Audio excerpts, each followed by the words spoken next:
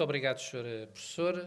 Saudando para já, portanto, esta iniciativa nas pessoas do Presidente da APLOP e também do Engenheiro José Luís Cacho e do Dr. José Luís Moreira da Silva, para além de outras pessoas que tornaram possível esta iniciativa, e dizer-vos que é com todo o gosto que, e com muito exagero do professor Januário da Costa Gomes, em que eu não faço o pleno.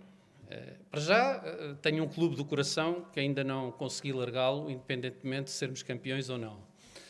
E, em segundo lugar, porque aquilo que eu aprendi na Faculdade de Direito continua sempre extremamente vivo, e até porque o meu último doutoramento foi exatamente feito na Faculdade de Direito. Portanto, muito agradeço estes temas do mar.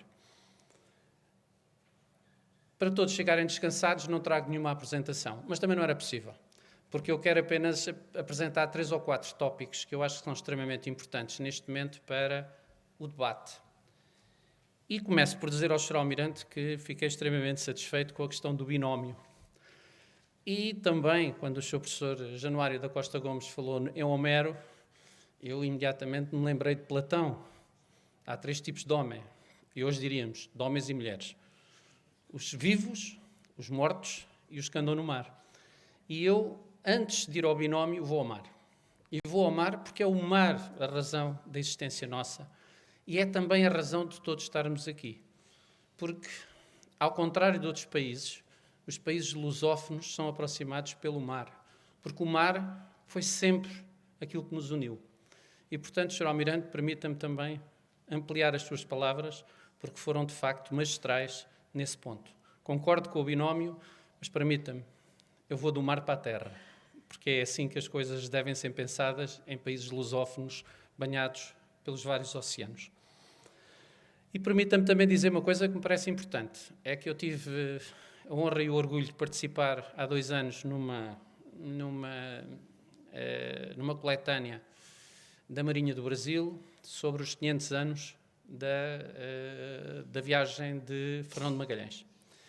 E esta ideia é extraordinária, porque nós vamos buscar em Fernão de Magalhães aquilo que o Sr. Almirante nos mostrou com aquelas caravelas. E já agora, se me permite, com aquelas naus, porque as caravelas só navegavam à belina e, portanto, nós temos ali velas redondas, portanto, necessariamente eram as naus. Mas para lhe dizer que é extraordinário que a Marinha do Brasil tenha começado exatamente por aí dos 500 anos. Porquê? Porque se torna um polo agregador de todos os países da América Latina. E isso é extraordinariamente importante para Portugal. Portanto, essa iniciativa, na altura que escrevi sobre cibersegurança, e que é uma matéria que é da segurança marítima das mais importantes hoje em dia, por forma a nós ultrapassarmos alguma separação que teoricamente se fez e durante muito tempo. A diferença entre aquilo que nós dizemos em Portugal, a safety e a security, isto é, a parte da segurança da navegação, que assim, ou a segurança marítima em sentido estrito, e a parte de uma tradução da security, que era a proteção, ou se quiserem, a proteção contra a intrusão em determinadas situações.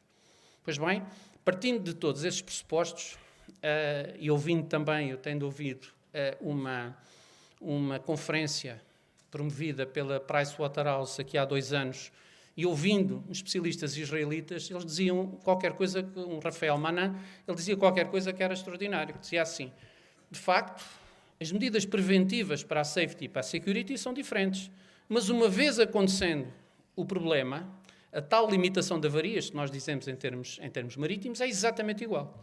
Portanto, o que nós cada vez mais vamos caminhando, eu pelo menos tento defender isso, é que a noção de segurança marítima deve ser tomada em sentido lato, onde temos uma componente de segurança marítima tradicional e uma componente de security e, portanto, ou seja, de proteção.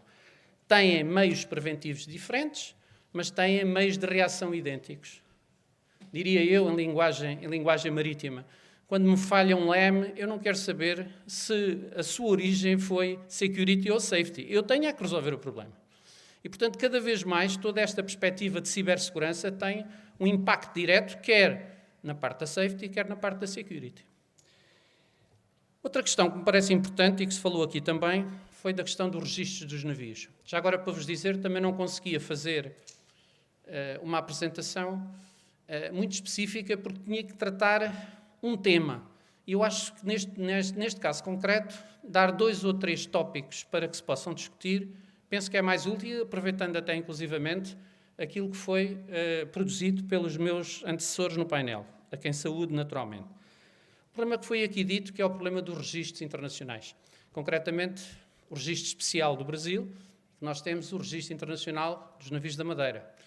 E que deve ser, estes registros internacionais têm a sua gênese, como todos sabem, exatamente para tentar que os países que então tinham criado as chamadas bandeiras de conveniência, pudessem, os armadores tradicionais, voltar aos seus países de origem, embora com benefícios fiscais.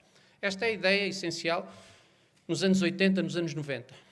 O problema hoje, e ouvi atentamente, e sobretudo gostei imenso da legislação brasileira, pelo facto de não ser como a legislação americana, em que para se ultrapassar o Jones Act é uma carga de trabalhos, e todos sabemos, por exemplo, quando foi o acidente da plataforma petrolífera no Golfo do México, a dificuldade que foi em se recrutarem navios, especificamente no combate à poluição, e que naquele caso concreto não tinham bandeira americana, mas, portanto, muito mais evoluída a perspectiva brasileira, mas não deixa de ter um negócio, e aí é que eu digo, um negócio direto da cabotagem. É exatamente esta a ideia. Isto só se aplica aos grandes países, com grandes costas, e já agora, Sr. Almirante, se me permite, na União Europeia, essa questão foi também debatida durante muitos anos por cada um dos países, designadamente por Portugal. Nós até 2007 tínhamos uma cabotagem cativa relativamente, portanto, ao continente Açores e Madeira, e que imediatamente foi ultrapassado pela União Europeia. Isto só para dizer que esta ideia da cabotagem e esta ideia dos registros internacionais também tem que ter em conta uma outra questão. É a diferença entre a bandeira e a nacionalidade do armador. Porque só com a nacionalidade do armador é que nós vamos ter a certeza que a tal dita soberania do país está presente. Isto independentemente das obrigações do próprio navio com uma determinada bandeira, brasileira ou portuguesa. É verdade.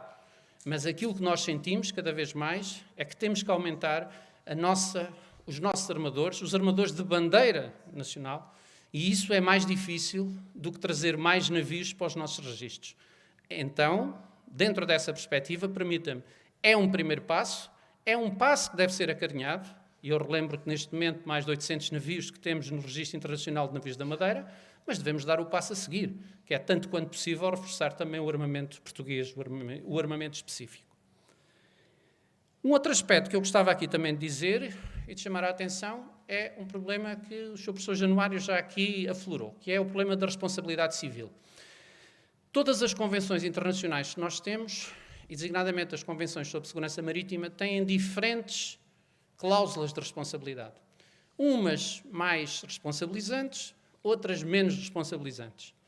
E aí, permitam-me dizer que mesmo a condução da navegação nos tempos atuais, e permitam-me também lembrar que no ano que vem vai fazer 100 anos sobre a primeira Convenção sobre Transporte Marítimo, chamada Regras da Haia, que o Sr. Professor Januário aqui há uns tempos foi fazer uma palestra à Universidade de Coimbra exatamente sobre esta perspectiva, e permitam-me dizer que o que se passava em 1924 não é aquilo que se passa em 2023 ou em 2024. Isto é, mais uma vez, nós temos aqui uma questão de responsabilidade à conta da chamada falta náutica. O que é isto da falta náutica? Muito simples.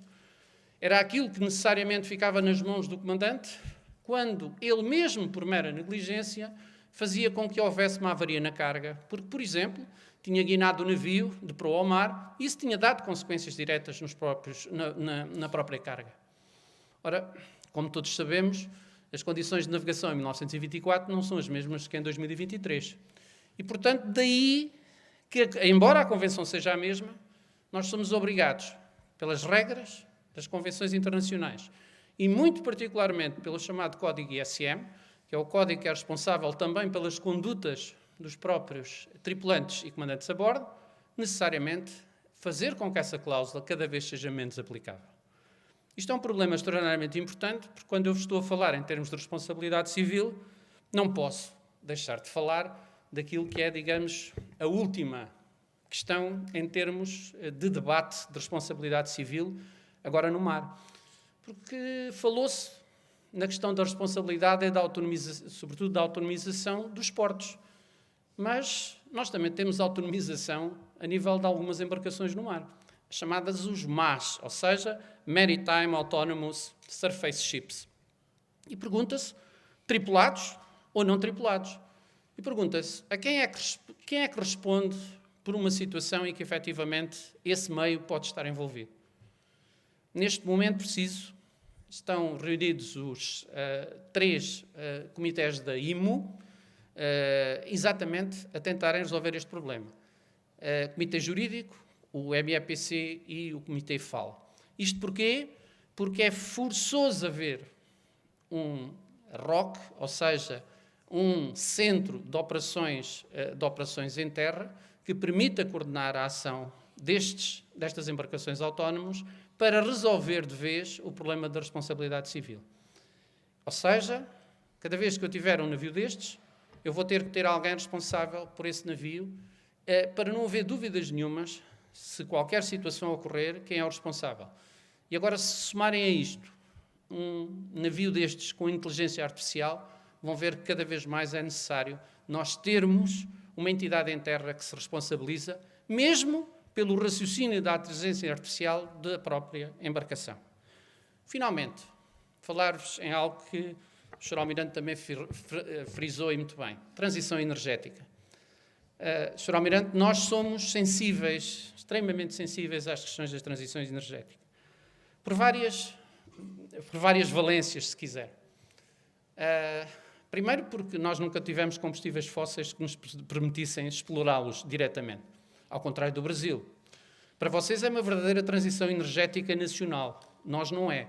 Nós é simultaneamente adquirir outras formas de sermos mais autónomos na exploração de determinados recursos. Mas mais do que isso, dando um avanço enorme daquilo que é necessário para a descarbonização a nível mundial. E o nosso problema é o vosso problema. Como tratar o hidrogênio? Como fazer o storage do hidrogênio?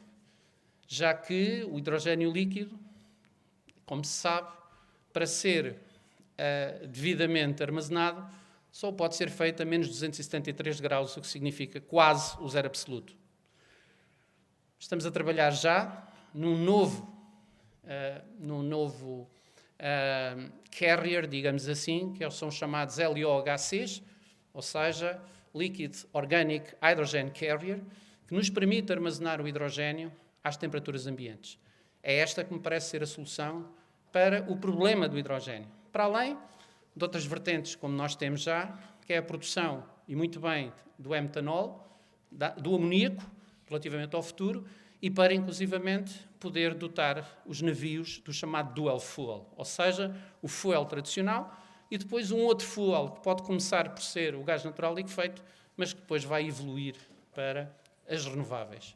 Só para lhe dizer o seguinte, concordo inteiramente do que disse há pouco relativamente ao metano que resulta do LNG, mas eu também tenho outra solução.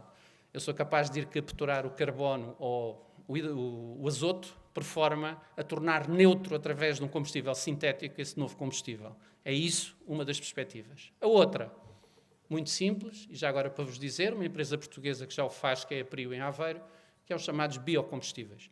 O biocombustível é fundamental para fazer a transição energética, porque vai diminuir a pegada ecológica do navio e permite nós olharmos o futuro também com uma transição mais suave, até que tenhamos capacidade para termos apenas o mundo das renováveis.